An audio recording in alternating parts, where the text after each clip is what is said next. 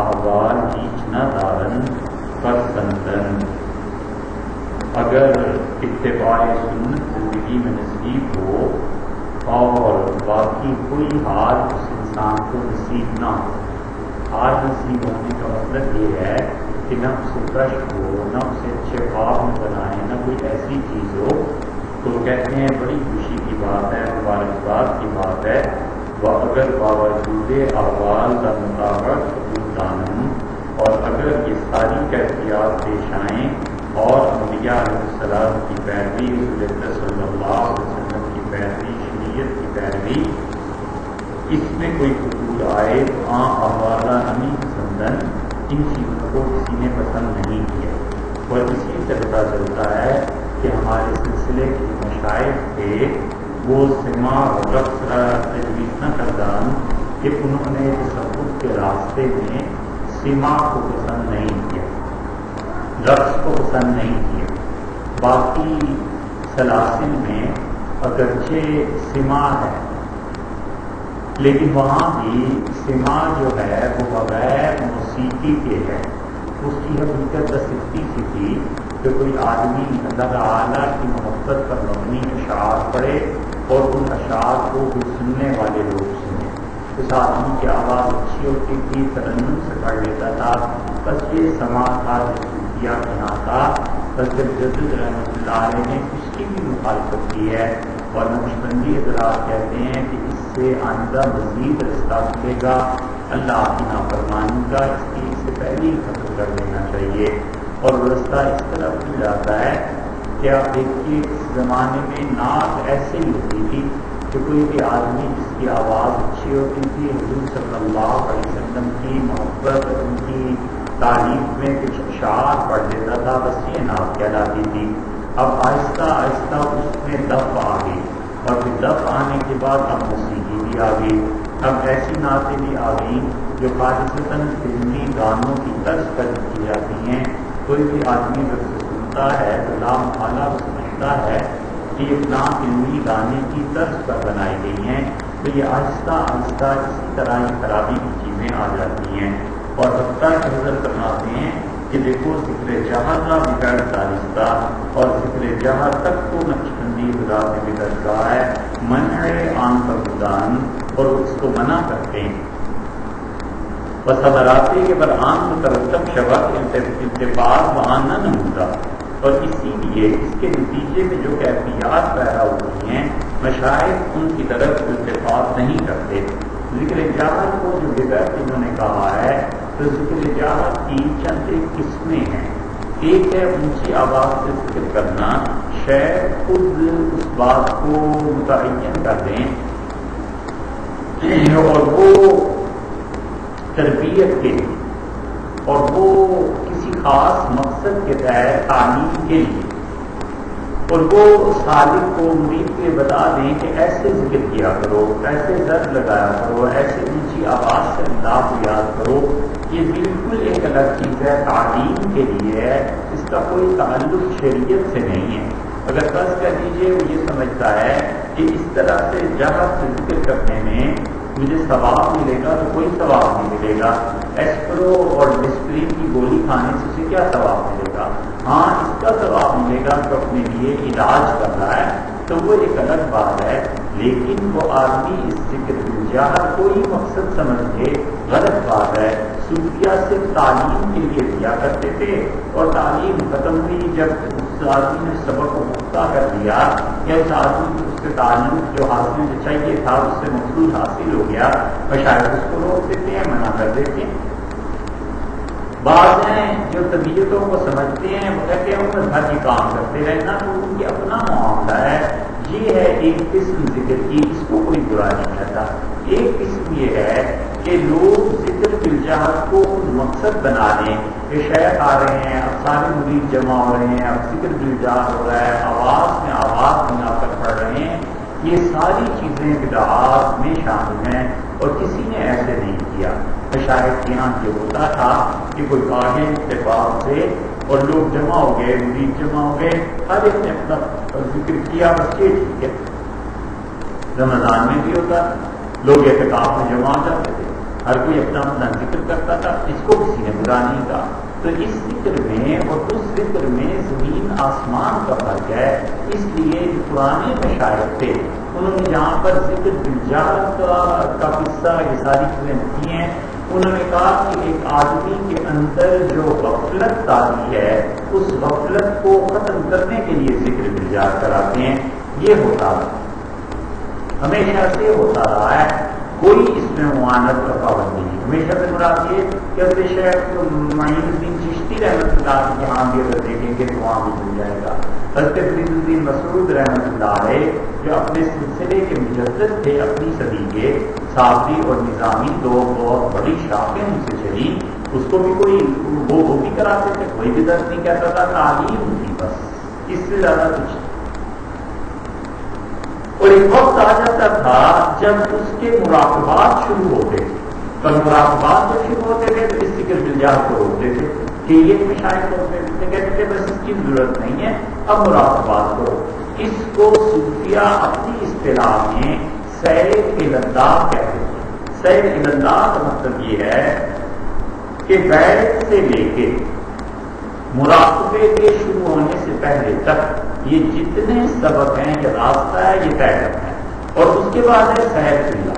سیر اللہ کا مطلب یہ ہے کہ اللہ تعالیٰ کی ذات و صفات کے اندر سفر کرنا۔ اس کا مطلب ہے صفات کے اندر سفر کرنا۔ وہ آدمی اب اللہ تعالیٰ کی ذات و صفات کا استحضار، اس کا مراقبہ کرتا ہے، مثلاً یہ مراقبہ کرتا ہے کہ اللہ تعالیٰ سے میں اتنا قریب ہوں کہ میری جو حلق کی رب ہے اس سے زیادہ خدا مجھ سے قریب ہے۔ یہ مراقبہ ان صوفیہ کیا قربیت کہلاتا تھا۔ اچھا، یہ مراقبہ کرنا کہ وہ معاکم انما کنتم، اللہ کی ذات تمہارے ساتھ ہے، تم جہاں کہیں بھی ہو، اسے مراقبہ معیت کہتے تھے۔ ہوتے ہوتے ہوتے ہوتے سارے سلاسل میں آخری مراقبہ ذات ہوتا تھا، یہ دائرہ لا تعین، یعنی ایسا مراقبہ جس میں اللہ تعالیٰ کی ذات ہی کے متعلق مراقبہ ہے کہ تعالیٰ شان کا اور اس آدمی کا جو تعلق ہے وہ کیسا ہے۔ مختلف مشاہد مختلف الفاظ استعمال کرتے تھے، لیکن سب کا مقصد ایک ہی تھا، اور اللہ کی ذات کی طرف توجہ۔ اور پھر یہ جو شروع ہوتا ہے تو یہ تو پھر قبر میں بھی جاری رہتا ہے، پھر تو یہ حشر میں بھی جاری رہے گا، حتیٰ کہ اللہ تعالیٰ کی جب زیارت ہوگی اور جب سجدہ کرے گا تو اس وقت بھی یہی ہوگا کہ نماز جو ساری زندگی پڑھنے کا حکم ہے، در حقیقت آدمی کو اپنے اندر یہ استعداد پیدا کرنا ہے کہ وہ ذات کی تجلی کو برداشت کر سکے۔ بات ہے یہ، لوگ کہتے ہیں نماز کیوں پڑھیں؟ نماز پڑھنے کا جو اور بہت سے مقاصد ہیں، ان میں سے ایک مقصد یہ ہے کہ ذات کی تجلی کو برداشت کر سکے، ساری زندگی محنت کرے۔ مثلاً آپ دیکھیں کہ روشنی ہے، بچے کی آنکھیں تیز روشنی کو برداشت نہیں کر سکتی، بچہ آنکھیں نہیں کھولتا، اس لیے اس کے لیے شیڈ لگا دیا جاتا ہے، کوئی چیز ایسی کر دی جاتی ہے، اوٹ لگا دی جاتی ہے کہ بچہ اپنی آنکھیں کھول سکے۔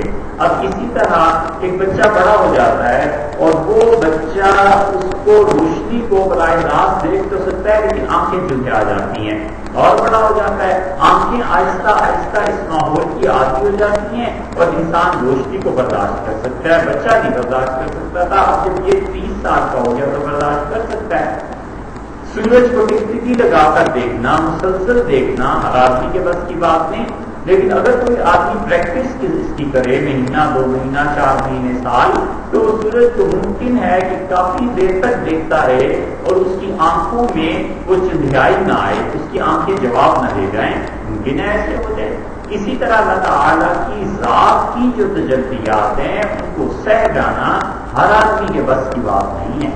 اسی لیے اللہ تعالیٰ نے فرمایا کہ لوگ قیامت میں اللہ کو جب دیکھیں گے تو سجدے میں گر پڑیں گے، سوائے ان لوگوں کے جو نماز نہیں پڑھتے۔ جو نماز نہیں پڑھتے تھے وہ کیوں نہیں سجدہ کر سکیں گے؟ اس لیے کہ ذات باری تعالیٰ کی تجلی کو برداشت وہی آدمی کر سکے گا جو آدمی نماز پڑھتا تھا۔ تو نماز کی اسی اسی لیے اتنی اہمیت ہے کہ آخرت پہ وہ ذات اقدس کی تجلی کو برداشت کر سکے. اور کافر ہو گئے اور مومن بھی جو نماز نہیں پڑھتا تھا اس کے اندر کی استعداد ہی نہیں ہے، تو نتیجہ یہ کہ وہ تختے کی طرح گر پڑے گا. کیونکہ جب سجدہ کرتا ہے آدمی تو کمر جھکتی ہے، حدیث میں آتا ہے اس کی کمر نہیں جھک سکے گی اور وہ گر پڑے گا. تو اس لیے مجدد رحمۃ اللہ علیہ یہاں جو بھی فرماتے ہیں نا ذکر بالجہر کے بدعت ہونے کے بارے میں، وہ اسی لیے فرماتے ہیں کہ یہ مقصود اصلی نہیں ہے. صوفیاء کے یہاں کچھ عرصے تک کراتے ہیں پھر چھوڑ دیتے ہیں. مشائخ خود کرتے رہتے ہیں، اس لیے کہ دن بدن نئے سے نئے مرید آتے ہیں، ان کی تلقین کرنی ہوتی ہے اور اس کی بہت سی مصلحتیں ہیں.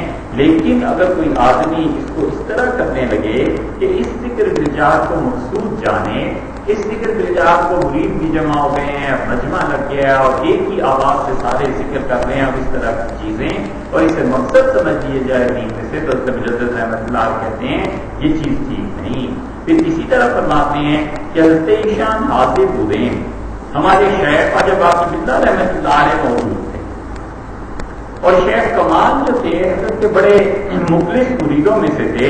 اور حضرت خواجہ ماں ہمارے شیخ جو تھے وہ کھانے کے وقت ایک دن بیٹھے تو کھانے کے ابتدا میں در حضور ایشان بسم اللہ بلند ہو. انہوں نے کیا کیا، اللہ کا نام اونچی آواز سے پڑھ لیا.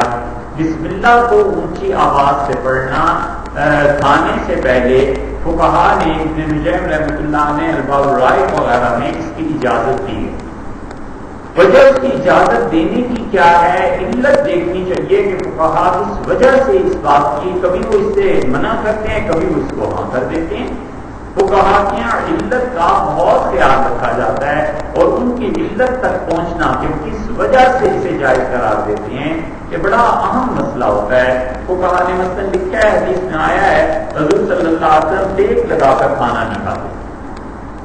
فرمایا اما انا فلا آکل متقیا، وہاں جا کر میرا تعلق ہے میری ذات کا تو میں تو ٹیک لگا کے کھانا نہیں کھاتا. فقہا نے وجہ تلاش کی کہ اس کی علت کیا ہے، ٹیک لگا کے کھانے میں اصل حرج کیا ہے. پتہ چلا کہ حضور اکرم صلی اللہ علیہ وسلم نے اس سے منع اس لیے فرمایا کہ متکبر اور مغرور لوگ اس لیے کھاتے تھے کیونکہ اس کے آگے آیا ہے کہ آکل کما آکل، اب میں ایسے کھاتا ہوں جیسے کوئی غلام مسکین آدمی کھایا کرتا ہے.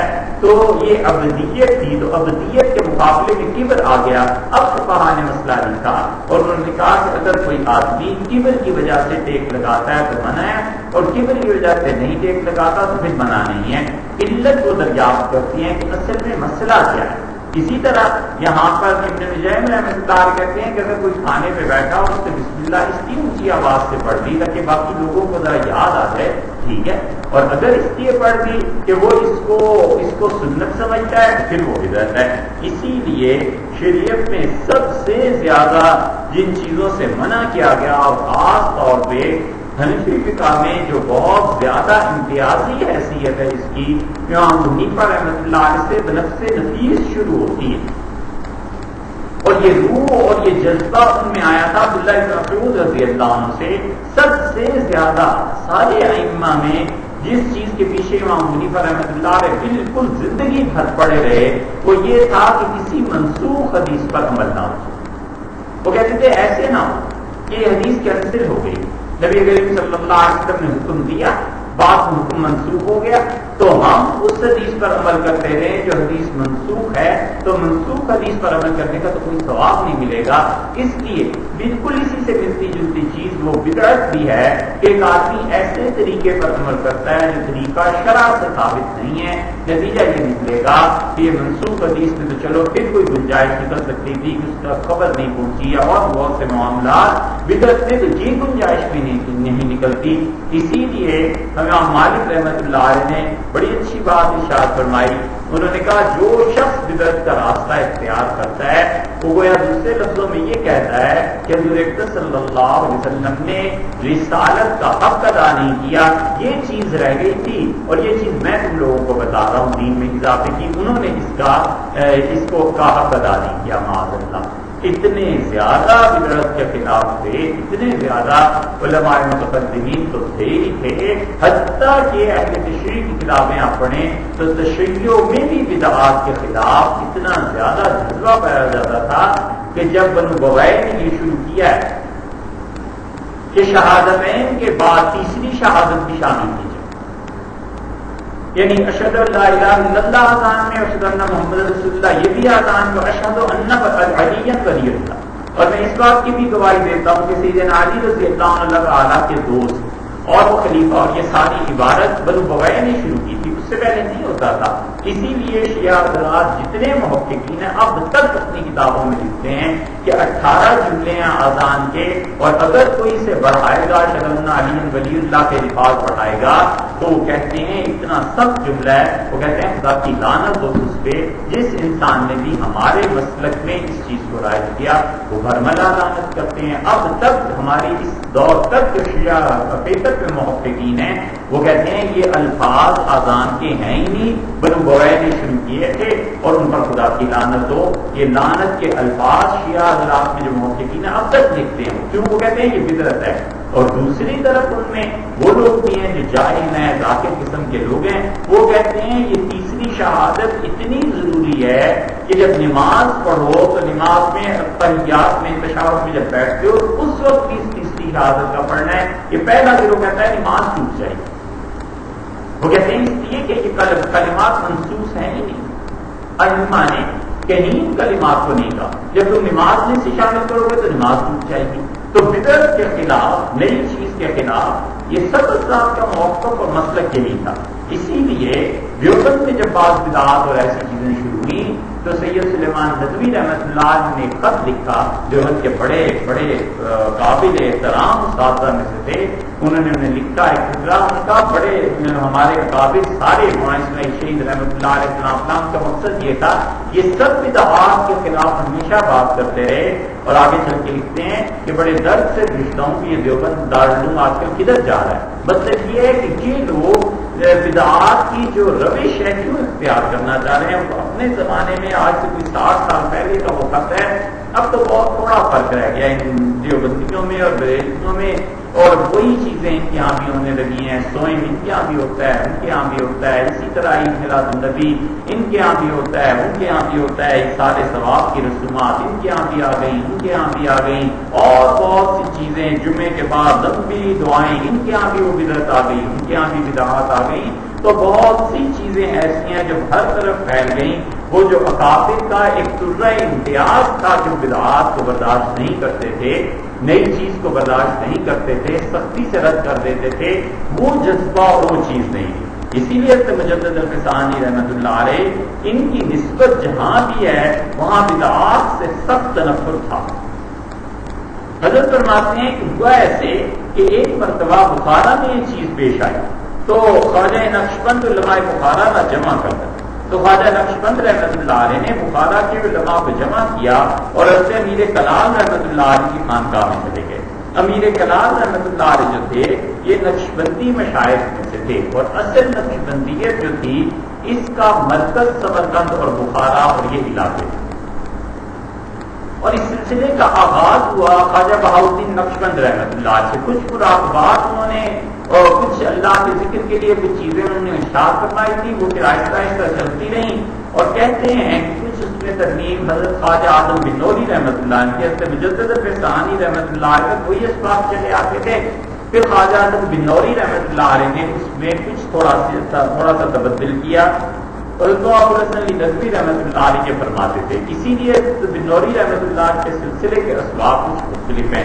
پھر اس کے بعد کہتے ہیں کہ خواجہ مرزا مدد جانے جانا رحمۃ اللہ علیہ نے 13 مراقبات اپنے سلسلے میں پڑھائے تھے، ممکن ہے پڑھائے ہیں لیکن ابھی تک اس سلسلے میں کوئی ایسی چیز ہمیں نہیں ملی کہ اس پہ اطمینان ہوتا، لیکن بزرگوں سے سنا ہے کہ انہوں نے مراقبات اس لیے بڑھائے تھے کہ وہ سمجھتے تھے کہ اب حکومت وقت کے ساتھ ٹکر اور حکومت کے مظالم اور یہ چیزیں آ گئی ہیں، تو سالک کی ایسی تربیت ہونی چاہیے کہ وہ مسلک حقہ پر قائم رہے اور جتنا بھی دباؤ اور حکومت کا ظلم ہو اس کو برداشت کرنے کی صلاحیت اس میں پیدا ہو۔ لیکن ان حضرات کے یہاں سلسلہ نقشبندیہ میں کبھی بھی ذکر تجارت نہیں تھا، جاہری ذکر نہیں کرتے تھے، اونچی آواز سے ذکر نہیں کرتے تھے۔ تو خواجہ امیر کلام رحمۃ اللہ علیہ کے یہاں خانقاہ میں ہوتا تھا، اب وہاں سلسلہ نقشبندیہ جو تھا اس کے بعد وہ منتقل ہوا ہے ہندوستان میں، اور ہندوستان میں حضرت مجدد الفسانی رحمۃ اللہ علیہ خود اپنے مکتوبات میں لکھتے ہیں کہ ہمارے دور میں یہ سلسلہ شاذ خال پایا جاتا ہے، کہیں کہیں پایا جاتا ہے، بہت غریب ہے۔ غریب کے لفظ کا مطلب یہ ہے کہ بہت کم لوگ ابھی اس سلسلے میں داخل ہوئے ہیں، اور زیادہ جس ہستی سے شہرت ملی وہ خواجہ باقی باللہ رحمۃ اللہ علیہ۔ خواجہ باقی باللہ رحمۃ اللہ علیہ کو اللہ تعالیٰ نے بڑی استعداد دی، بہت بڑی استعداد دی۔ اسی لیے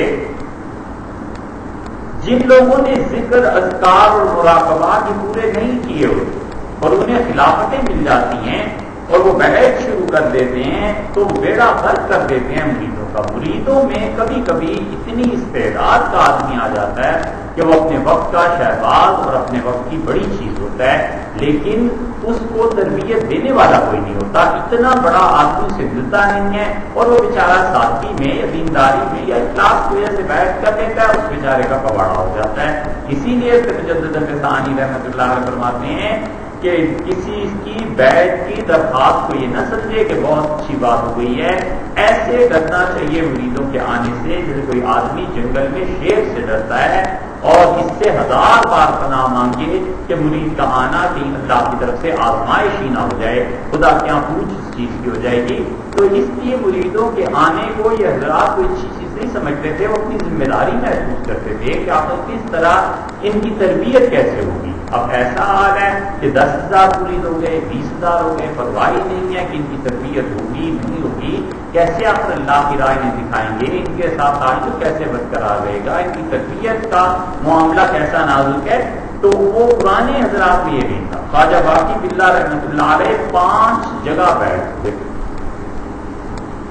لیکن ایک حد تک چلتے تھے، ان کے شیخ خود معذرت کر لیتے، سچے لوگ تھے نا، وہ کہتے تھے بھائی اس سے آگے جانا ہمارے بس میں نہیں، کہیں اور چلے جاؤ، پھر کہیں اور چلے جاؤ، پھر کہیں اور چلے جاؤ۔ آخری مرتبہ خواجہ مصنوی رحمۃ اللہ علیہ جب بیٹھ ہوئے تو انہوں نے کہا کہ بس تم نے جو کچھ حاصل کرنا تھا کر لیا ہے، اب اس سے زیادہ آگے کچھ نہیں ہے، اور باقی مجھے لگتا یہ ہے کہ اللہ تعالیٰ تم سے کوئی خاص کام لے گا اور تم چلے جاؤ اور اپنا حلقہ قائم کرو۔ انہوں نے کہا حضرت کیسے ہوگا؟ تو انہوں نے کہا اچھا اس طرح کرو، تم استخارہ کرو، اللہ تعالیٰ سے مانگو کہ کیا ہونا چاہیے۔ خواجہ باقی باللہ رحمۃ اللہ علیہ کے خواب نے دیکھا کہ ایک طوطا ہے اور یہ اس کے منہ میں شکر ڈال رہے ہیں اور وہ اپنی چونچ سے ان کے منہ میں کوئی شکر یا دودھ یا جو بھی چیز منتقل کر رہا ہے۔ تو انہوں نے شیخ سے ذکر کیا تو انہوں نے کہا ہندوستان چلے جاؤ، طوطا وہیں ہوتا ہے۔ اس کا مطلب یہ ہے کہ اللہ تعالیٰ تمہیں کوئی ایسا آدمی دے دے گا کہ تمہارا سلسلہ وہاں پھیلے گا، آپ اس سے فائدہ اٹھائیں گے، وہ آپ سے فائدہ اٹھائے گا۔ یہ اسی لیے خواجہ باقی باللہ رحمۃ اللہ علیہ نے ہجرت کی، اور شیخ فرید بخاری رحمۃ اللہ علیہ تھے جنہوں نے ہندوستان میں ان کا استقبال کیا۔ فرید بخاری بہت بڑے عمراء میں سے تھے۔ شیخ فرید بخاری کا جہانگیر کے یہاں بڑا مقام تھا اور جہانگیر بڑی عزت کرتا تھا ان کی، اور فوج کا ایک بہت بڑا حصہ ان کے ماتحت تھا۔ آج جہاں لاہور میں یہ انجینئرنگ یونیورسٹی ہے، یہ جگہ تھی جہاں پر اس نے خانقاہ تجویز کی تھی حضرت کے لیے۔ حضرت یہاں رہے، پھر اس کے بعد دلی منتقل ہو گئے۔ تو جب حضرت مجدد ثانی سرہندی رحمۃ اللہ علیہ سے بیعت ہوئے تو انہوں نے چند دن میں اندازہ کر لیا کہ جو طوطا میں نے دیکھا تھا وہ یہی آدمی ہے۔ اسی لیے انہوں نے کسی کو خط لکھا کہ ان دنوں احمد سرہندی ایک آدمی آیا ہے، یہ لڑکا مجھ سے بیعت ہو گیا ہے، اور پھر لکھا کہ مسلمہ ہزار سے آرکان دربار میرے جیسے ہزاروں ستارے اس سورج کی روشنی میں ڈوب جائیں، اس سورج کی روشنی میں ختم ہے کہ اتنی استعداد کا آدمی آیا ہے۔ خواجہ باقی باللہ رحمۃ اللہ علیہ جان گئے کہ یہ ہے وہ چیز جو اللہ نے مجھے دینی تھی۔ ان کا انتقال بھی جلدی ہو گیا، شاید 45 برس کی عمر میں حضرت کا انتقال ہو گیا تھا۔ تو یہ حضرت مجدد رحمۃ اللہ علیہ ان سے جو چیزیں حاصل کی ان میں سے یہ تھا کہ ایک یہ کہ وہ ذکر بالجہر کو منع کرتے تھے اور فرماتے تھے خواجہ امیر کلال کے یہاں جب شروع ہوا یعنی سمرقند اور بخارا میں، تو خواجہ نقشبند رحمۃ اللہ علیہ علماء کو لے کر گئے اور انہوں نے کہا کہ ذکر جہر بدعت نقنن، حضرت کی اونچی آواز سے ایسے خانقاہ میں ذکر کرنا یہ بدعت ہے۔ ایشان در جواب فرمودن، حضرت امیر کلال رحمۃ اللہ نے جواب میں کہا کہ نقنے آئندہ نہیں۔ یہ کی بات ترہ امتیاز کہ جس چیز کو انہوں نے شریعت کے خلاف جانا اس سے فوراً ہٹ کے علماء کا فتویٰ آیا، انہوں نے اس چیز پر عمل کر لیا کہ فتویٰ اسی بات کا ہے، اور ہمیشہ مشاہد اسی وقت تک ٹھیک رہتے ہیں جب تک کہ وہ فتوے کے تابع رہتے ہیں، اور جب وہ فتوا دینے کے خود اہل نہ ہو اور مفتیوں کی بات نہ مانے تو پھر ایک نئی گمراہی کا سلسلہ وہاں سے شروع ہو جاتا ہے۔ پھر اسی لیے حضرت فرماتے ہیں آگے کہ کافر ان طریق ہرگاہ در منع ذکر جار ان ہما مبالغہ نمائیں۔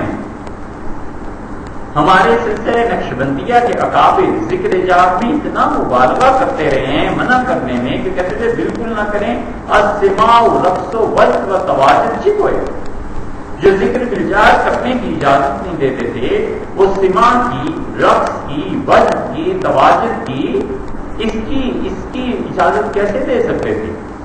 احوال و مواجید کے بر اسباب نام شروع مترتب شوند نزد فقیر از قبیل استدراجز، وہ تمام حالتیں جو کسی سالک اور مرید پر طاری ہوتی ہیں لیکن وہ شریعت کے خلاف کاموں پر ہوتی ہیں تو فقیر کے نزدیک یہ استدراج ہے۔ کیا ہوتا ہے استدراج کا مطلب یہ ہے کہ آدمی باطل پر بھی ہو اور وہ ترقی بھی محسوس کرے۔ ایک آدمی باطل پر ہے، غلط کام کر رہا ہے، لیکن وہ کہتا ہے جی بڑا اچھی لگتا ہے نماز میں، وہ کہتا ہے باطل پہ، وہ کہتا ہے جی بہت دین میں انہماک ہو گیا، قوالی سنتا ہے، رقص کرتا ہے اور اسی طرح کی کڑے پہن لیتا ہے، اس طرح کی چیزیں، اور وہ کہتا ہے جی بس اللہ کی معرفت نصیب ہو گئی، یہ ہو گیا۔ تو اس کا مطلب ہے باطل پر، لیکن باطل میں ترقی ہو رہی ہے اور وہ سمجھتا ہے کہ صحیح راہ پر چل۔ نفحات الانس میں ایک بزرگ تھے سعدان غالباً نام تھا رحمت اللہ علیہ، ممکنہ نام کچھ اور ہو لیکن یاد یہ پڑتا ہے، وہاں دیکھ لینا چاہیے۔ اس میں جامی رحمت اللہ علیہ نے بڑا سبق آموز واقعہ بیان کیا ہے۔ انہوں نے کہا کہ ایک سالک تھا، اپنے شیخ کے پاس جاتا تھا اور پھر ایک مدت گزر گئی، جاتے جاتے پھر ایک مدت تک وہ نظر نہیں آیا۔ تو خلاصہ اس کا یہ ہے کہ اس نے شیخ نے ایک دن دیکھا، پھر وہ آیا تو انہوں نے کہا بھائی بڑے عرصے تک تم ہمارے پاس آتے رہے، اب ایک عرصے سے نہیں آ رہے۔ تو اس سے کہا حضرت فلاں دن آپ کی خانقاہ پہ آیا تھا، جب یہاں سے واپس جا رہا تھا تو جنگل کا راستہ تھا، تو جنگل کے راستے میں یکایک نور ظاہر ہوا اور اس نے کہا میں تیرا پروردگار، تو میں تو خوشی کے مارے لوٹ گیا۔ اس نے کہا مجھے سجدہ کر، تو میں نے اسے سجدہ کیا اور اسے کہا آتا ہے، تجھے میری ہی طلب تھی نا، تو کہیں جانے کی ضرورت نہیں، یہاں آتا ہے۔ پھر میں نے اسے دیکھا، اس نے تخت بچھایا اس نور نے، اور چھوٹے چھوٹے نور کے پتلے اس کے ارد گرد تھے، اور میں اس نور کو ہمیشہ جا کے سجدہ کرتا ہوں۔ تو آج خیال آیا کہ چلو آپ یہاں بھی حاضری دے لوں، کیونکہ آپ نے اللہ تک پہنچنے کی تلقین کی تھی تو اللہ تعالیٰ کو میسر آ گیا۔ تو وہ چپ رہے اور انہوں نے کہا کہ اٹھو بچوں، چلتے ہیں شہر میں فلاں جو محدث ہیں ان کے پاس جا کے حدیث سنتے ہیں۔ تو یہ چلا گیا ساتھ، تو انہوں نے جا کر کہا کہ حضرت وہ جو حدیث آپ سناتے ہیں اللہ تعالیٰ کی شباہت کی دنیا میں زیارت ہونے کی، وہ کیا ہے؟ تو جو محدث تھے انہوں نے بڑا احترام کیا کہ بڑے اللہ والے ہیں، بزرگ ہیں۔ اس کا انہوں نے سنانی شروع کی کہ نبی کریم صلی اللہ علیہ وسلم نے فرمایا کہ شیطان کہیں تمہیں بہکانا دے اور ایسے نہ ہو جائے کہ نور تمہیں نظر آئے اور پھر اپنا تخت بچھا دے، اور یاد رکھو اللہ کسی کو نظر نہیں آتا، اور وہ تمہارے ساتھ دھوکہ ہو رہا ہے، وہ شیطان ہے جس کے گرد چھوٹے چھوٹے شیطان جمع ہو جاتے ہیں، اور ایسے نہ ہو کہ تمہیں وہ اللہ کی راہ سے بہکا دے اور ہٹا دے۔ تو شیخ نے کہا اچھا حضرت ہم چلتے ہیں، بس حدیث سنی اور کے آگے چپ رہے، لیکن یہ سمجھ گیا کہ وہ اتنا عرصہ تک جو عبادت کرتا رہا ہوں اور جو سجدے کرتا رہا ہوں کس کو کرتا رہا۔ ایک مدت کے بعد پھر شیخ وہاں سے گزرے، اسے دیکھا ایک جنگل میں بیٹھا ہوا تھا، نماز پڑھ رہا تھا، تو خالی ہوا تو انہوں نے کہا پھر نہیں آئے، اس کو رونے لگا اور کہنے لگا حضرت 18 سال تک اسی کو سجدہ کرتا رہا ہوں، اب اتنا ہی مدت ہو گئی ہے، اب اللہ سے استغفار کرتا ہوں، توبہ کرتا ہوں، یہاں بیٹھا رہتا ہوں اور صرف فرض نماز پڑھتا ہوں، استغفار کرتا ہوں کہ کس گمراہی میں پھنس گیا تھا۔ یہ چیزیں آ جایا کرتی ہیں لوگوں کو، اسی لیے حضور اکرم صلی اللہ علیہ وسلم جو خواب میں نظر آتے ہیں نا، بہت ہی ٹیڑھا مسئلہ ہو گیا ہے، بہت ہی ٹیڑھا مسئلہ ہو گیا ہے، جس کو دیکھو اس کو دعویٰ ہوتا ہے، اور ایسی شریعت کے خلاف چیزیں وہ کرتے ہیں، حیرت ہوتی ہے کہ بھئی اس کو کیا ہو گیا ہے۔ حضور صلی اللہ علیہ وسلم خواب میں آئے تھے، یہ چیز کہہ گئے، یہ چیز کہہ گئے، یہ سچ ہے کہ نبی کریم صلی اللہ علیہ وسلم خواب میں نظر آتے ہیں، لیکن آدمی کو اچھی طرح غور کرنا چاہیے کہ حضور اقدس صلی اللہ علیہ وسلم کو دیکھا ہے کہ قوت خیال نے جسم کا روپ ڈال لیا۔ یہ شیخ جو محقق ہوتا ہے نا، وہ جانتا ہے اس چیز کو کہ کیسے فیصلے ہوتے ہیں، کیسی چیزیں الگ الگ ہوتی ہیں۔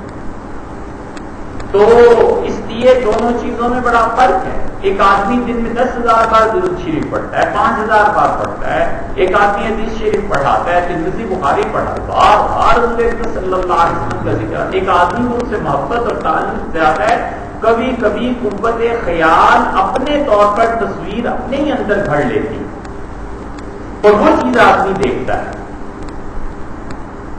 اور اس چیز کو وہ پتہ ہی نہیں چلتا اسے، اور وہ کہتا ہے کہ ایسی چیز ہوگی، حالانکہ وہ ایسی چیز نہیں ہوتی۔ جو محقق ہوتا ہے شیخ، وہ جانتا ہے کہ یہ چیز کیا ہے۔ حضرت مجدد رحمۃ اللہ علیہ نے ایک جگہ حضور اقدس صلی اللہ علیہ وسلم کی رویت جو ہے، اس کی 3 اقسام جو بیان کی ہیں، اس میں سے ایک ہے تصوف اور طریقت میں ہی نہیں، شریعت کی چیزوں میں بھی حضرت کے مکتوبات بہت چشم کشا ہیں، آنکھیں کھل جاتی ہیں جب آدمی نے غور سے پڑھتا ہے کہ اس آدمی کی لکھی ہوئی چیزیں ہیں جسے اللہ نے حکمت میں بڑا واقف حصہ عنایت فرمایا تھا، اور اللہ تعالیٰ نے دین کی گہری سمجھ عنایت فرمائی تھی۔ حضرت فرماتے ہیں کہ یہ جتنی بھی اس قسم کی چیزیں ہیں نا، جس کے نتیجے میں کشف اور اچھے خواب اور یہ چیزیں آتی ہیں، اگر اس کے حالات سنت کے مطابق نہیں ہیں تو میں تو اسے باطل میں ترقی سمجھتا ہوں۔ اہل استدراجہ نیز احوال و ازواج دست میدہد و کشف توحید و مکاشفہ و معائنہ در مرایا صبر عالم بظہور نہیں آئے۔ اور استدراج کیسے ہوتا ہے؟ اس آدمی پر حال طاری ہو جاتا ہے، اس آدمی کو لطف آنے لگتا ہے، مزہ آنے لگتا ہے۔ مزہ جو آنے لگتا ہے تو کبھی کبھی مزوں کے پیچھے پڑ جاتا ہے، اصل عبادت کو چھوڑ دیتا ہے۔ حکیم سنائی دعا مانگتے تھے، اور حکیم سنائی اور یہ حافظ اتار اور سعدی اور معروم کے سارے ایک ایک درجے کے بزرگ تھے، بڑا بڑا گہرا علم تھا، اور بڑی بڑی اللہ نے انہیں معرفت کی چیزیں سکھائی تھی۔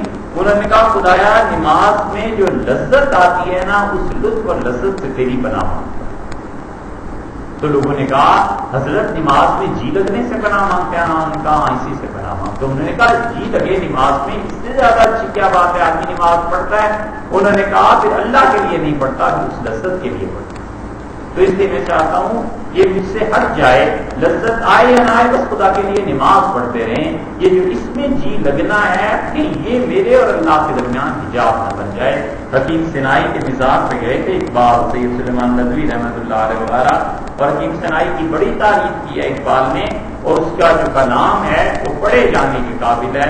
غلطی سے جو چند ایک لوگ، چند ایک کیا ہے، حقیقت پہ تو سینکڑوں لوگ اٹھے، ان میں سے ایک وہ شخصیت تھی، بڑی گہری باتیں تھی ان کی۔ حضرت مجدد رحمۃ اللہ علیہ فرماتے ہیں جو ذوق اور لذتیں ملتی ہیں، کشف توحید و مکاشفہ و معائنہ در مرایا، آئینے کی طرح صورتیں دیکھتے ہیں، صور عالم بظہور نہیں آئے، اور اسی طرح دنیا کی چیزیں جو انہیں نظر آتی ہیں، حکمائے یونانو جوگیا و براہمہ ہند در ایمانہ شریکہ نہیں۔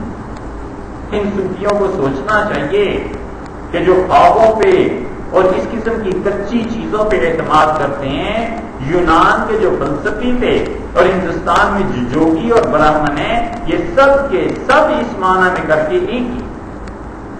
براہمن جو ہے وہ بھی مجاہدہ کرواتا ہے، براہمن کہتا ہے ناخن مت کاٹو، بال مت کاٹو، نہاؤ نہیں۔ آپ 8ویں اور 9ویں صدی کی اگر عیسائیت کو پڑھیں گے تو 8ویں اور 9ویں صدی کی عیسائیت میں ایسی ایسی عجیب و غریب چیزیں ملیں گی کہ کرسچنز کی جب ہسٹری پڑھتے ہیں تو وہاں پتہ چلتا ہے کہ یہ آدمی تھا، پادری تھا، اور اس نے یہ پینٹ 40 سال تک نہیں اتاری، اور اس کی جب قیمت لگی تو اتنے لاکھوں ڈالر میں وہ فروخت ہوئی کہ لوگوں نے کہا یہ بڑے متبرک اور مقدس چیز ہے۔ اچھا فلاں آدمی تھا، اس کے ناخن اتنے بڑھ گئے تھے کہ وہ ناخن پلٹ کے سمٹ کے انگلیوں میں آگے واپس ہو کے انگلیاں زخمی ہو گئی اور انگلیاں کاٹ دینی پڑی، مگر اس آدمی نے ناخن نہیں کاٹے، 20 برس پہ یہ تماشا ہو۔ اس طرح کی 20 چیزیں کرسچنس کے یہاں ملیں گی، اور یہ سب کچھ کرتے تھے. یہ تھا اتنا عرصہ تک دھوپ پہ کھڑا رہا. اسی طرح ہندوؤں کے یہاں اس طرح کی چیزیں ملتی ہیں. یہ سب چیزیں کیا ہیں؟ یہ اپنے آپ کو اذیت دے کے تکلیف دے کر اللہ تک پہنچانے کی کوشش ہے ناکام. اور وہ سمجھتے تھے نفس خوشی اس سے ہوتی ہے اور نفس پر چوٹ پڑتی ہے, اللہ تک پہنچنے کی راہ ہوتی ہے. شریعت نے اس چیز کو بدل دی اور خاص طور سے مجدد الفزانی سرہندی رحمت اللہ علیہ نے اس چیز کی شدید مخالفت کی. انہوں نے کہا نفس کو توڑنے کے لیے بس اتنا کافی ہے کہ شریعت پہ عمل کرو. انہوں نے کہا اتنا کافی ہے, بس اس سے زیادہ کی نہ ہم تلقین کرتے ہیں نہ اجازت دیتے ہیں. اسی لیے ایک چیز ایسی لکھی ہے حضرت نے, بہت سی چیزیں, ایک چیز ایسی لکھی ہے کہ شاید پوری اسلام کے لٹریچر میں بات ہے, چھوٹی سی بات, فکرہ چھوٹا سا ہے لیکن پورے لٹریچر میں کہیں نہیں ملے گی. اتنی کمال کی بات لکھی ہے. فرماتے ہیں کوئی آدمی 7 تک نفل روزے رکھتا ہے اپنی مرضی اور خواہش سے, 7 نفل روزے رکھتا رہے, تو میں سمجھتا ہوں اسے اتنا ثواب نہیں ملتا جتنا ثواب چھوٹی عید میں نماز پڑھنے سے پہلے, جانے سے پہلے گھر میں چند کھجوریں کھا لینا, کوئی میٹھی چیز کھا لینا, جتنا اس افطار سے ثواب ہے اتنا روزوں میں ثواب ہے. کیوں؟ فرماتے ہیں اس لیے کہ 7 جو نفل روزے رکھے ہیں وہ اپنی خواہش سے رکھے ہیں. اور حضور صلی اللہ علیہ وسلم نے کہا ہے کہ چھوٹی عید پہ جب جاتے تھے تو جانے سے پہلے کچھ کھا کے جایا کرتے تھے. تو فرماتے ہیں یہ جو کھانا ہے نا, یہ جو کہ اس میں کسی ایک مستحب کی پیروی ہے, یہ نفس میں گراں گزرے. فرماتے ہیں تمہیں پتہ چلے نہ چلے, نفس ان چیزوں کو نہیں چاہتا, بس اتنی نفس کی مخالفت کافی ہے. تو ہندو جو کہ برہمن, اس سے نتیجہ کیا نکلتا تھا؟ آخر پر پہنچ کر نفس کی مخالفت سے جو لوگ بھی شریعت کے مطابق مخالفت کرتے ہیں وہ اللہ تک پہنچ جاتے ہیں اور اللہ تعالیٰ کی راہ مل جاتی ہے. اور جو نفس کی مخالفت کرتے ہیں شریعت کو چھوڑ کے اپنی رائے سے, ان چیزوں سے, وہ ہوتے ہوتے آہستہ آہستہ اہل کشف تک پہنچ جاتے ہیں. انہیں کشف ہونے لگتا ہے, انہیں الہام بھی ہونے لگتا ہے. الہام کہاں سے ہوتا ہے اور کشف کہاں سے ہوتا ہے؟ دونوں کا منبع مختلف ہے, دونوں کا مصدر مختلف ہے, دونوں کی جہاں سے آغاز کا جو نقطہ ہے نا یہ مختلف ہے. جو آدمی اپنے نفس کے لیے مجاہدے کرتا رہتا ہے, ناخن بڑھا لیے, نہایا نہیں, ٹھنڈا پانی نہیں پیا, دھوپ میں کھڑا رہا, وغیرہ وغیرہ, جیسے یہ ملنگ ہوتے ہیں, آپ دیکھیں انہیں دھوپ میں بیٹھے رہتے ہیں, ان کا جی نہیں چاہتا کہ سائے میں بیٹھے, کبھی ٹھنڈا پانی پیئیں, کڑے شرائط میں ایسے بھاری لباس پہنے ہوئے ہیں کہ گرمیوں میں دیکھ کے آدمی کو خود گرمی لگنے لگتی ہے کہ جاتا ہے اس آدمی کا کیا حال ہوگا, اتنا موٹا لباس گرمی میں پہنا ہوا ہے, تو پریشان ہو جاتا ہے آدمی. ان ساری چیزوں سے ہوتا کیا ہے؟ اس آدمی کے نفس پر بوجھ پڑتا ہے تو نفس کے اندر جو صلاحیتیں ہیں وہ جاگتی ہیں اور اسے کشف بھی ہوتا ہے اور الہام بھی ہوتا ہے. لیکن ان کے مکشوفات جو ہوتے ہیں وہ عالم تکوینیات کے ہوتے ہیں. تکوینیات کا کشف بھی ہوتا ہے, الہام بھی ہوتا ہے. الہام کہاں سے ہوتا ہے؟ یہ بات ہے. کشف ایسے ہوتا ہے کہ مثلا کسی آدمی کو دیکھتا ہے اور اسے دیکھتے ہی احساس ہو جاتا ہے کہ اس آدمی کی شادی ہونے والی ہے, تو اسے کہتا ہے کہ انگوٹھی بنا لو. اب آدمی گیا اور کوئی خاتون گئی اور اس نے بیٹھے بیٹھے ملنگ میں کہا کہ انگوٹھی بنا لو. اسے کہا بیٹی سرخ دوپٹہ بنا لو. تو وہ حیران ہوتے ہیں کہ ہم نے تو کوئی بات کی نہیں, اور اسے پتہ چل گیا, بس وہ تو لٹو اور دیوانے ہو جاتے ہیں. وہ دین مذہب سب کچھ وہی ہوتا ہے. کبھی وہ کہہ دیتا ہے کہ بھئی ذرا ہٹ کے بیٹھنا, کہیں جیت نہ جاؤ, تھوڑی دیر میں بارش شروع ہو جاتی ہے. اب یہ جو چیز سے محسوس ہو رہی ہے یہ نفس کی صفائی کی وجہ سے محسوس ہو رہی ہے, پاکیزگی کی وجہ سے. صفائی اور پاکیزگی میں فرق ہے. کپڑا ناپاک ہو گیا, کوئی آدمی بہت اعلیٰ قسم کی شراب سے دھو لے تو صاف ہو گیا نا, پاک تو نہ ہوا. پاک تو جب بھی ہوگا جب پانی سے دھوئے گا. تو نفس کی صفائی سے یہ چیزیں حاصل ہونے لگتی ہیں. لوگ ان تکوینیات کے مکشوفات میں گر جاتے ہیں اور وہ سمجھتے ہیں بہت بڑا آدمی ہے جی. کسی کو کہہ دیا کہ تمہارے یہاں بیٹا ہوگا, بشارت ہو, مقدمہ ختم ہو جائے گا. کسی کو کہہ دیا کہ تیاری کرو اسمبلی میں پہنچ جاؤ گے. کسی کو چھڑی مار دی اور اس سے کہا سبحان اللہ یہ میں وزیر اعظم جب ہم بنے اس چھڑی کی وجہ سے. بہت سی چیزیں ایسی ہیں, یہ سب کے سب کرتب جو ہے نا یہ نفس کی صفائی کی وجہ سے ہوتے ہیں اور لوگ ان کے مرتکب ہو جاتے ہیں کیونکہ خود بھی پتہ نہیں ہوتا. اسی طرح انہیں الہام ہوتا ہے. الہام کیسے ہوتا ہے؟ وہ یہ کہ اللہ تعالیٰ کا جو بھی حکم ملائے اعلیٰ پر نازل ہوتا ہے فرشتے اس پہ بات کرتے ہیں. اللہ نے قرآن کریم میں فرمایا, اللہ نے کہا جو ہمارا حکم آتا ہے تو فرشتے, جب حکم آتا ہے تو اللہ تعالیٰ نے بتایا ہے کہ فرشتے کہاں اٹھتے ہیں. اللہ کو حکم آنے کی جو خاص علامات ہوتی ہیں جب وہ دیکھتے ہیں کہ پتہ نہیں ماذا قال الحکم, تعجب سے ایک دوسرے سے پوچھتے ہیں. شدید پریشانی کی حالت میں فرشتے ایک دوسرے سے پوچھتے ہیں ماذا قال الحکم, تمہارے پروردگار نے کیا کہا, اللہ نے کیا حکم بھیجا ہے. پھر قبل اس کے کہ دوسری جماعت پہ اور جواب دے, خود ہی کہتے ہیں قال الحق, کہتے ہیں جو کچھ بھی کہا ہے سچ کا, جو کچھ ہے وہ صحیح ہے. وہ هو العلی الکبیر, اللہ ذات بڑی ہے, بہت عظمت اور بزرگی والی ہے. اور پھر آہستہ آہستہ انہیں سکون ہوتا ہے. پھر اللہ تعالیٰ کا حکم وہ سنتے ہیں. مثلاً یہ حکم ہوتا ہے کہ ہم فلاں آدمی سے دنیا میں محبت کرتے ہیں, تم بھی اس سے محبت کرو. فلاں آدمی سے میں نفرت ہے, تم بھی اس سے نفرت کرو. حضور اکرم صلی اللہ علیہ وسلم فرمایا پھر وہ حکم نازل ہوتا ہے پہلے آسمان پہ, دوسرے پہ, پہلے پہ, ہوتے ہوتے وہ ان فرشتوں تک پہنچتا ہے جو فرشتے یہاں پر بادلوں میں ہوتے ہیں. تو شیاطین اس حکم کو سننے کی کوشش کرتے ہیں تو اوپر جاتے ہیں. آپ نے فرمایا 9 میں سے 10 میں سے 9 باتیں نہیں سن پاتے, کبھی کبھی ایک آدھ بات سن لیتے. اللہ تعالیٰ نے قرآن میں بھی کہا, اللہ نے کہا کہ بہت کم وہ سنتے ہیں اور پھر اوپر سے پتھراؤ ہوتا ہے, ان پر آگ پھینکی جاتی ہے. وہ ایک بات یہ لا کے اس آدمی کو بتا دیتا ہے جس آدمی کے ساتھ اس کا تعلق ہوتا ہے, اور وہ تعلق جس سے ہوتا ہے اس کو نفس کی صفائی حاصل ہوتی ہے نا.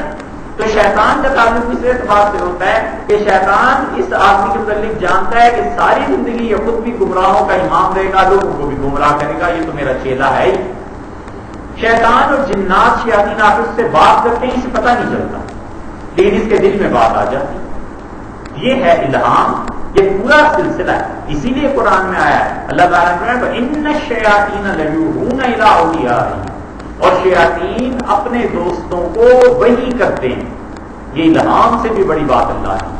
اللہ تعالیٰ نے فرمایا شیاطین اپنے دوستوں کو وحی کرتے ہیں کس بات کی, لیجادلوکم, تاکہ وہ حق والوں سے جھگڑیں, سچے لوگوں سے جھگڑیں. اس کے مقابلے میں دوسری طرف کشف اور الہام یہاں بھی ہوتے ہیں, اور کشف یہاں بھی مشائخ کو ہوتا ہے, لیکن اس کشف کا جو منبع اور مورد ہے وہ اللہ تعالیٰ کی طرف سے ہوتا ہے. کبھی کبھی عالم ارواح میں کوئی فیصلہ ہوتا ہے اور اس کو ادھر بھیج دیا جاتا ہے کہ اپنا آدمی کو یہ بتا دیا جائے, فرشتے بتا دیتے ہیں. ایک ہے تقوینیات کا کشف کہ دنیا میں کیا ہونے والا ہے, حکومت کس کی آنے والی ہے, کسی آدمی کے ساتھ کیا ہونے والا ہے. ایک ہے تشریعات کا کشف کہ شریعت نے یہ حکم کیوں دیا ہے, اس حکم کی علت کیا ہے, اس حکم کا وجہ کیا ہے. یہ جو ہے حقیقت میں بہت بڑی چیز کہ اس آدمی کو اللہ تعالیٰ شریعت کی اتنی گہری سمجھ دے دے کہ کوئی آدمی کچھ کرتا رہے یہ شریعت سے نہ, اس کو اچھی طرح سمجھ میں. اب یہ جس نے بھی لکھا شاہ اللہ رحمۃ اللہ نے لکھا ہے, لیکن ان کا یہ کہنا کہ نماز اس لیے ہے کہ وہ عالم آخرت میں جو تجلی ہوگی اس تجلی کو برداشت کیا جائے, یہ وہ بہت زبردست بات ہے جو انہیں اللہ تعالیٰ کی طرف سے غالباً الہام فرمائی گئی ہوگی, ورنہ عام آدمی اس بات کو کیسے سمجھ سکتا ہے کہ یہ تشریعات کا کشف ہے. شاہ لذیذہ محدث دہلوی رحمۃ اللہ علیہ لکھتے ہیں ایک جگہ پر کہ جو مشائخ ناقص ہوتے ہیں انہیں تکوینیات کا کشف زیادہ ہوتا ہے, اور جو مشائخ کامل ہوتے ہیں انہیں تشریعات کا کشف زیادہ ہوتا ہے. ان پر شریعت کے اسرار و رموز زیادہ ہوتے ہیں, شریعت کی باتیں زیادہ ہوتی ہیں, لاجکس جو شریعت میں یہ زیادہ انہیں ملتی ہیں. اور اسی طرح الہام ہوتا ہے کہ اللہ تعالیٰ کا فیصلہ بھی فرشتہ آ کے اس سے بات کرتا ہے, پتہ اسے بھی نہیں چلتا کہ کیا کہا ہے کسی نے, لیکن اس کے جی میں بات آ جاتی ہے, وہ اللہ کی طرف سے الہام ہو جاتا ہے. تو استدراج میں یہ جو لوگ ہوتے ہیں ان کو صفائی نفس حاصل ہوتی ہے, پاکیزگی نہیں ہوتی, اور ادھر جو شریعت پہ عمل کرتے ہیں انہیں پاکیزگی حاصل ہو جاتی ہے. اسی لیے موت کے وقت فرق پڑ جاتا ہے. موت کے وقت فرق یہ پڑ جاتا ہے کہ صفائی نفس ہوتی ہے نا, تو وہاں پر پھر شیاطین آ جاتی ہے, پھر اس کی موت معاذ اللہ کفر پہ واقع ہو جاتی ہے. اور یہاں پر چونکہ نفس کی پاکیزگی حاصل ہوتی ہے, موت اس کی بھی آتی ہے, فرشتے حاصل ہو جاتے ہیں. اور اس وقت شیطان زور لگا دیتا ہے کہ کسی طرح یہ آدمی اب توحید سے ہٹ جائے. اتنا زور لگاتا ہے کہ وہ شیخ تو شیخ، اس کے جو واقعی متبع شریعت ہوتے ہیں، ان کے جو خلفاء ہوتے ہیں، ان تک پر شیاطین کے اثرات آتے ہیں کہ کسی طرح ان لوگوں کو دین سے ہٹا دیا جائے، لیکن اللہ کی عبادت ہوتی ہے، فرشتے ہوتے ہیں، وہ بھی بات کی چل نہیں سکتی۔ تو حضرت مجدد رحمۃ اللہ فرماتے ہیں کہ یہ جو یونانی کرتے تھے فلسفی اور برہمن ہندو اور جوگی جو کچھ کرتے ہیں، یہ جو صوفی ہے نا، جو بدعات میں مبتلا ہے، ایک درجے میں یہ سب ایک ہو جاتے ہیں۔ صدق کے احوال، موافقت علوم شرعیہ، جس آدمی کو جانچنا ہو شریعت کے علم کے مطابق جانچنا چاہیے، باجتناب از ارتکاب امور محرمہ و مشتبہ بدعہ، اور جو بھی آدمی حرام کام اور مشتبہ کاموں میں پڑ جاتا ہے جاننا چاہیے، اچھی طرح سنو کہ سماع و رقص فی الحقیقت داخل لا ملابس، کہ یہ سماع اور قواعدوں کا سننا اور یہ رقص کرنا یہ در حقیقت کھیل تماشے کی چیزیں ہیں۔ ومن الناس من یشتری لہو الحدیث، اور اللہ نے فرمایا لوگوں میں سے کچھ گمراہ ایسے بھی ہیں جو کھیل تماشے کی چیزیں خریدتے ہیں۔ اتنی شدت سے رد کیا ہے۔ اس لیے مجدد رحمۃ اللہ علیہ کے کہنے کا مطلب یہ ہے کہ اصل میں اتباع شریعت چاہیے۔ یہ جو کاز ہے، ریزننگ ہے، کہ آدمی کہتا ہے عقل کی وجہ سے اس کی علت معلوم کرے، پتا چلے کہ یہ کیوں ہے، فرماتے ہیں ٹھیک ہے، لیکن اصل اتباع شریعت ہے، اصل واقعیت نبوت کی ہے، عقل کی ہے۔ عقل کے تابع اگر محض عقل پہ چھوڑ دو گے تو یہ جو صفائی نفس حاصل کیا جن نے مجاہدہ کی، یہ تو کوئی نہ کوئی عقل تھی نا، اس لیے یہ کام کرتے ہیں۔ یہ سے مجدد رحمۃ اللہ علیہ کا موقف ہے۔ اس کے بعد ایک چیز رہ گئی ہے اور وہ ملا صدرہ ہے۔ ملا صدرہ کہنے کو تو شیعہ تھے، لیکن ملا صدرہ کو بہت سی چیزوں میں اللہ نے کمال دیا تھا۔ پچھلے زمانوں میں ملا صدرہ پڑھایا کرتے تھے فلسفے اور منطق میں، انہوں نے ایک چیز لکھی ہے، یہ ان کا موقف جو ہے انشاءاللہ آئندہ۔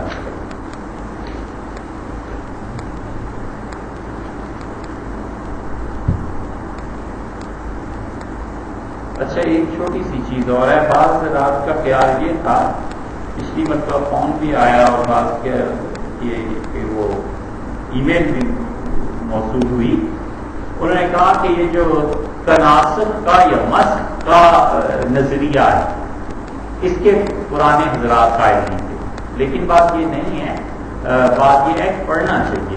ہم نے یہ عرض کیا تھا کہ اس کے قائل علماء ماتریدی ہوئے، حنفی ماتریدی علماء جو ہیں وہ اس بات کے قائل ہوئے ہیں کہ روح جو ہے اس پہ مسخ آ جاتا ہے۔ یہ فتاوی عزیزی ہیں، حضرت شاہ عبدالعزیز صاحب محدث دہلوی رحمۃ اللہ علیہ کے فتاوی ہیں، اور یہ چھپے ہیں 1311 ہجری میں، یعنی آج سے کوئی 125 سال پہلے تقریباً۔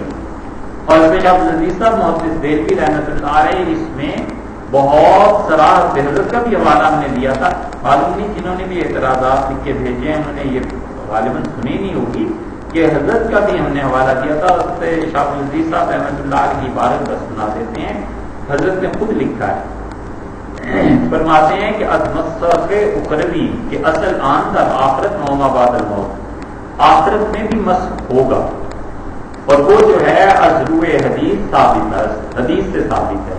جامع صغیر میں امام سیوطی رحمۃ اللہ علیہ نے از کتب متعدد کتابوں سے یہ بات لکھی ہے۔ پھر آگے چل کر لکھتے ہیں کہ یہ جو روحوں کا مسخ ہو جانا ہے، ان معاملہ اسباب مسخ اخروی آخرت میں ایسے ہوگا، پس خلاص از عذاب فاسقہ چرا لازم آئے، بلکہ ان ہم نوڑے از عذاب کے دران گرفتار۔ اس لیے ایسا آدمی جو بعض خاص گناہوں میں مبتلا ہوتا ہے، مرتے وقت اسے یہ عذاب روح کو دیا جاتا ہے اور اس کی روح کو مسخ کر دیا جاتا ہے۔